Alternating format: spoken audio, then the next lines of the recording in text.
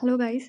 तो सबसे पहले हम जानते हैं कि आयुर्वेद में अश्विनी कुमारों का वर्णन बहुत ज़्यादा देखने के लिए हमें मिलता है। तो इन्होंने ऐसा शल्य चिकित्सा में या शल्य में ऐसा क्या अपना योगदान दिया है कि इन्होंने कैसी-कैसी सर्जरीज़ वगैरह की हैं, जिसके लिए वो जाने जाते हैं।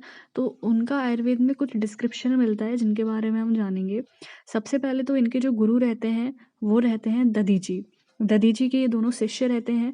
तो एक बार क्या होता है कि दधीची के जो सिर रहता है उसको एक राक्षस कट कर देता है उनका सिर।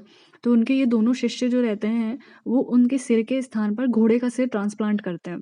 घोड़े का सिर ट्रांसप्लांट करने के बाद वो वापस फिर से अपने गुरु का सिर ट्रांसप्लांट कर देते हैं।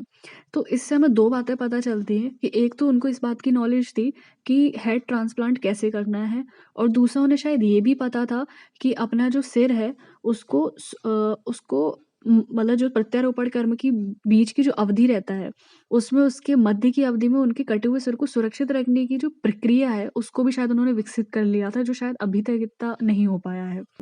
कहने का मतलब ये है कि 2 उन्होंने जो सर्जरीज़ की, उसके बीच में हेड को कब तक सुरक्षित रखना है, ये भी वो बहुत अच्छे से जानते थे।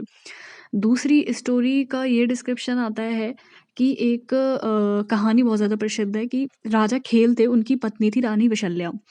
रानी विशल्या का क्या होता है कि पैर टूट जाता है, जैसे हमें फ्रैक्चर हो जाता है, कुछ भी ऐसे हो जाता है। तो अश्विनी कुमार क्या करते हैं कि उसके पैर के स्थान पर लोहे का पैर लगाते हैं और उसको फिर से उनको पुनः स्थापित करते हैं। तो इसका भी हमें डिस्क्रिप्शन संहिताओं में देखने के लिए मिलता है। इससे पता चलता है कि जो हमारे उस टाइम के ऋषि वगैरह हुआ करते थे, या आचार्य सुश्रुत हो गए या अश्विनी कुमार हो गए, उनको शल्य चिकित्सा का ज्ञान कितने अच्छे से था।